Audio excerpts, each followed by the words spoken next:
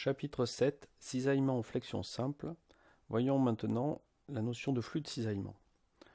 Le but étant d'arriver à la formule de Brett. D'abord la définition. Si on considère dans une section plane S d'une poutre soumise à du cisaillement un arc de courbe AB dans le plan de cette section. Si en un point P de cette courbe AB, on a une contrainte de cisaillement tau et petit n, la normale à cette courbe au point P. Eh bien, le flux de cisaillement qui traverse la courbe AB est défini de la façon suivante. C'est le flux phi AB est égal à l'intégrale sur tout le long de la ligne du produit scalaire de la contrainte sur n, donc la projection de la contrainte de cisaillement sur la normale à la courbe, par unité de longueur. Alors si maintenant on considère non plus une courbe ouverte, mais une courbe fermée C qui définit un domaine grand D, eh bien le flux de cisaillement sortant de ce domaine-là, traversant la courbe C, va être donné par la formule ci-dessous, grâce à la formule d'Ostrogradsky qui dit que l'intégrale du produit scalaire tau n dl, c'est l'intégrale sur tout le domaine D de l'opérateur divergente de tau par unité de surface. Bon, alors même si vous ne connaissez pas la définition de l'opérateur divergente, je vous en donne la définition ici, puisque c'est la variation de taux xy par rapport à y, plus la variation de taux xz sur z. Et donc, ce qu'on appelle le flux de cisaillement, c'est l'intégrale sur tout le domaine dont on s'intéresse au flux de cisaillement de cette somme par unité de surface. Alors maintenant, si on considère l'équilibre d'un petit cube élémentaire de matière,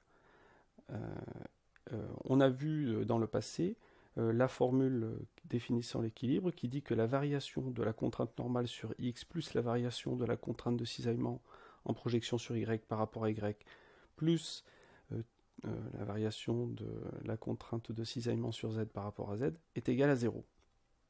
Si je fais passer le premier terme de l'autre côté du égal, il change de signe et je reconnais ici ce que j'ai vu juste avant dans le flux de cisaillement, ces deux termes-là. Donc je peux remplacer ces deux termes par moins ce terme-là que je retrouve ici.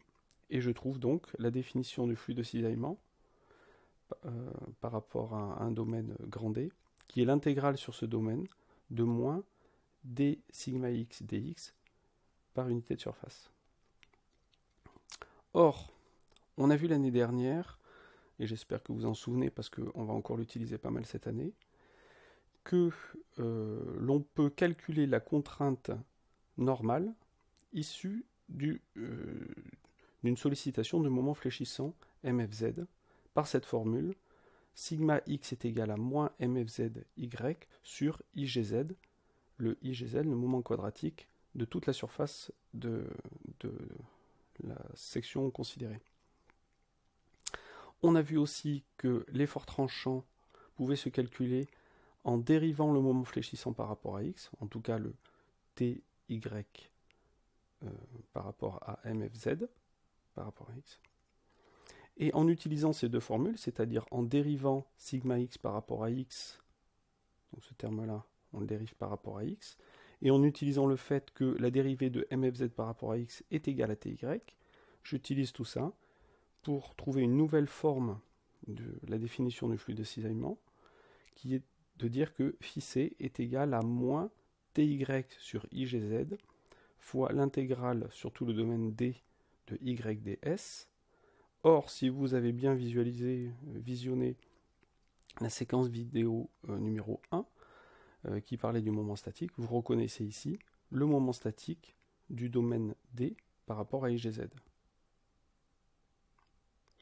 Et ça me permet d'arriver à la formule de Brett qui va nous être utile, qui dit que le flux de cisaillement par rapport à un domaine enfin sortant d'une courbe C, et moins ty sur igz fois le moment statique du domaine D qui nous intéresse.